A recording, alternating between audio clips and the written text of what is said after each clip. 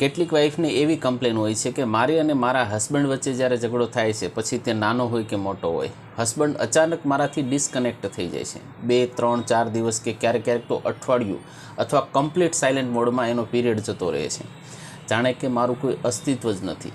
અને જ્યારે એ ટાઈમ પૂરો થાય છે ત્યારે જાણે કે કશું જ બન્યું નથી એવું નોર્મલ વર્તન કરતાં પાછા આવી જાય છે.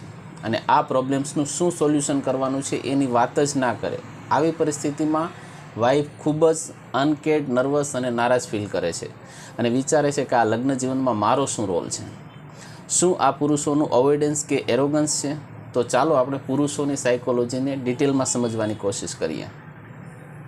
એક પુરુષ જ્યારે છોકરો હતો, યુવાન હતો કે ટીનેજર હતો, ત્યારે ઘણી બધી વાર એવું બને છે કે તેના પેરેન્ટ્સ સાથેના તેમના જે ઇમોશન્સ, પેરેન્ટ્સ ડિપેન્ડેન્ટ પેટર્ન હોવાને કારણે એને જ્યારે પણ તકલીફ પડી કે કોઈ પ્રોબ્લેમ્સ આવ્યા, જ્યારે તે ઇમોશનલી ડિસ્ટર્બ હતો, ત્યારે તેમના પેરેન્ટ્સે તેમને હેલ્ધી રીતે સોલ્વ નહોતા કર્યા, શાંતિપૂર્વક સાંભળ્યા નહોતા. અને ક્યારેક તો છોકરો છો અને આવા પ્રોબ્લેમ્સમાં છો એમ કહીને ઉપરાંત ગિલ્ટી ફીલ કરાવ્યું હોય.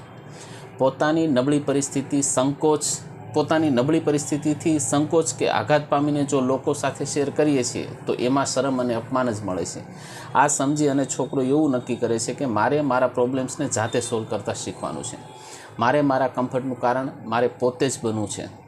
આ પુરુષ જ્યારે મોટો થાય છે ત્યારે ધીમે ધીમે અલગ અલગ પ્રકારના પ્રોબ્લેમ્સ કે ક્રાઇસિસ સિચ્યુએશનમાં સોલ્યુશન માટે પોતાની એ વર્ષોથી બનાવેલી પૂર્વધારણાની ગુફામાં જવાની કોશિશ કરે છે.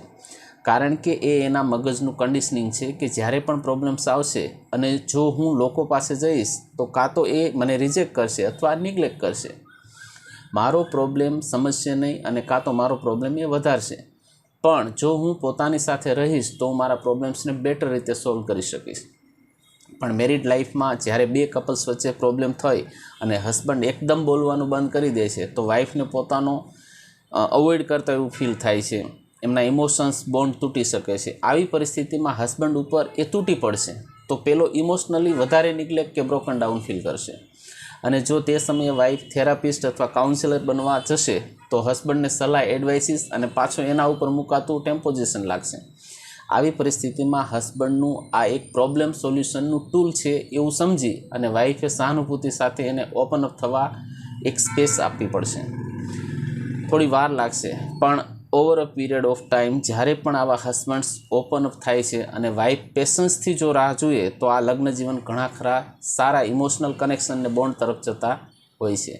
માટે દરેક વાઈફે આવી પરિસ્થિતિમાં પોતાના હસબન્ડને સાયલેન્ટ મોડમાં રાખવા માટે થોડો સમય આપવો જોઈએ. બધા પ્રોબ્લેમ્સ જાતે સોલ્વ થઈ જશે. Thank you.